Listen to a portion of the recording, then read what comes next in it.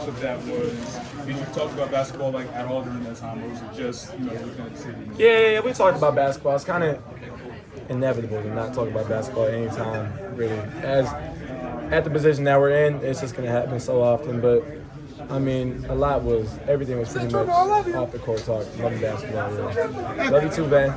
After RJ split the pair of free throws, tell me about the defensive play that you made. How did that come about? It's just me trying to make a play for my team, create pressure. We knew we wanted to try and get a trap first and then foul.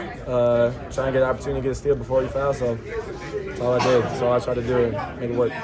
Among some of the late moments that gave indication that maybe you guys were going to close this one out, you pump faked the three, you went and drove, and you scored over Bilodeau. How big was that for you to see that go through the net? Because you hadn't had a lot fall lately. Yeah, it was huge. The three before that was even bigger for me. It was a long night on the offensive end. 5 points like in 40 seconds or something, real quick. Yeah, it was a really long night on the offensive end for me, but stayed through it, persevere. I know I'm not going to have great night shooting.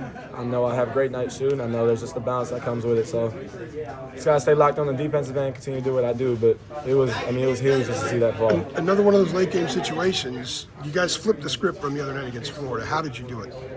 Intensity and just the determination on the defensive end. When we apply ourselves to the defensive end, we just really just tell ourselves like, hey, this is what we're gonna do, and we make it happen. We're a whole new team. We're a whole new team. What are the emotions of possibly feeling a little anxiety with Kansas's last possession to getting the stop and the rebound and finally breaking through? What were the emotions during those seconds? I don't think about the past at all. I don't think about the past one bit. Kansas was Kansas. They capitalized off the post. But we were focused on getting a stop. That's all we were focused on. We know we couldn't let up an easy two because it was a 2-point game, and we know we couldn't let up an easy three. So, but no anxiety from Kansas, no anxiety from any past games. Every game is its own game for me. Ian seems pretty fearless for a freshman. What have you seen out of him, and what do you think of his performance today, really going at the defense? He keeps growing and growing. I think him playing in the Garden, him playing back home in front of his friends, today that was huge for him. That was a huge step. That comfort was there for him, and it showed.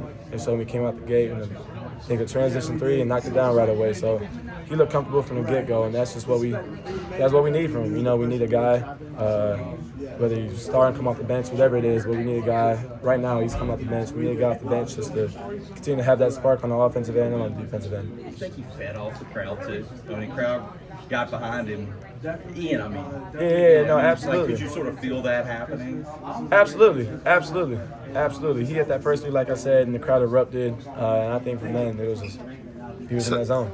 Seth, March is a long time away, but you guys need to pick up a win outside the league like this. You got two of them now because Dayton probably stay a quad one game.